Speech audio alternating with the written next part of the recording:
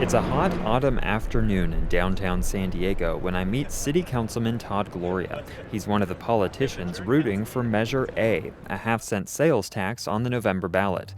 It was crafted by the San Diego Association of Governments, or SANDAG, which plans transportation across the county. It is the product of over 2 years of public discussion with members of the community from throughout San Diego County, and it attempts to address some of the biggest issues that were raised in those conversations. Number one, the poor condition of our roads and highways and bridges, the desire for more transportation choices beyond the car to include public transit, walking and biking, and a desire to preserve our open space for current and future generations. Let's break down some of those numbers. Measure A is expected to raise some $18 billion over 40 years. The largest share of that money, about 42%, would go to public transit. Things like new rapid bus lines, more frequent buses and trolleys, and a new trolley line from San Ysidro to Kearny Mesa.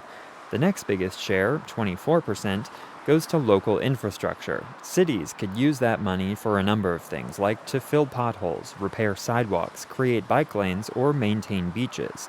The third biggest share, at 14%, goes to highways, a mix of carpool lanes, general purpose lanes, and freeway connectors. Gloria says Measure A is the result of compromise. So that is Republicans who are supporting tax increases even when it's politically not something they're supposed to do, or Democrats who are willing to say, you know what, we will agree to finance some freeway expansion in order to get a massive increase in public transit for our community. Measure A is supported by unions representing carpenters, laborers, and firefighters, the San Diego Regional Chamber of Commerce, the County Taxpayers Association, and a number of elected officials. It's opposed by both the Republican and Democratic parties of San Diego County, the Electrical Workers Union, and several other progressive and environmental organizations. San Diegans should not increase the sales tax for really a proposal that doesn't do anything to really help the community. David Alvarez represents South Bay communities on the San Diego City Council. He opposes Measure A, in part, he says, because it doesn't do enough to advance public transit. There is money for transit in this measure for sure, but it really isn't how much money is there. What this measure actually does is it increases freeway capacity in some of the most burdened communities already in the South Bay in San Diego, but also in other areas in the North County, where we get more cars, which means more pollution.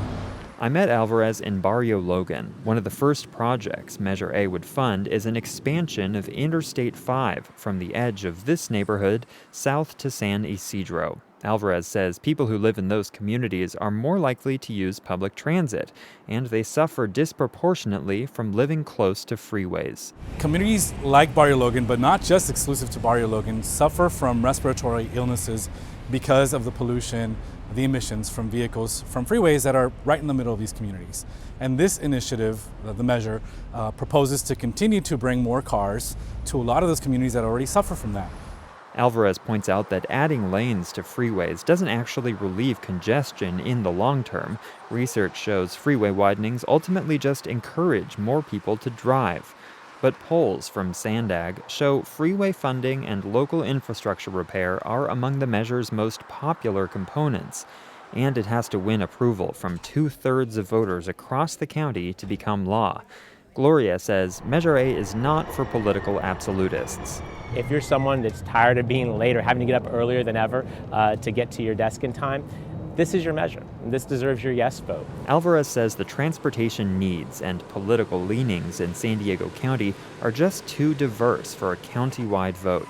He says if Measure A fails, he wants to explore a more localized tax measure that could be better tailored to individual communities. Andrew Bowen, KPBS News.